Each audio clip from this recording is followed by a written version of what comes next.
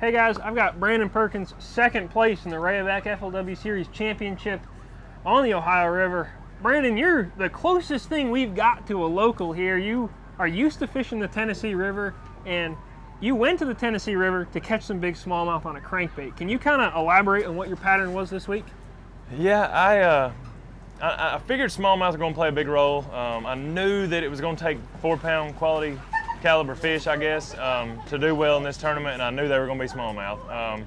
So I struck out scanning just like I would back home on the Tennessee River, and I found a couple of key current break rock pile deals and sampled a few of them and caught better than I really expected to catch size bass. One of my first stops caught a 4.5-pound smallmouth, and I was like, wow. So I just kept doing that and kept doing that, and I ended up with probably 15 places in total, where I felt like I could get a bite. I'd never figured out the timing on them, never figured out like whether it was a certain angle based on how much current they were pulling, but I got out deep through the 6XD like I like to do and just cranked out deep. Now, why did you pick up the crankbait? Is it just because that's what you're comfortable with? Because a lot of other people, they dragged Carolina rigs, they threw umbrella rigs. What went into that choice? Well, I feel like I'm no better than anybody else with an umbrella rig. So I don't throw it unless you have to. And back home on Tennessee River, you have to in certain months of the year. And this is not necessarily one of the times where you have to throw it. I'm a whole lot more comfortable throwing a crankbait.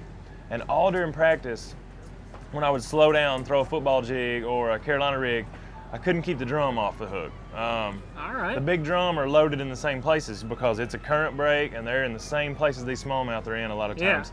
And with the crankbait, I wasn't catching as many, and with the plastics, I couldn't keep them off the hook, so I opted to go with the 6XD. Okay.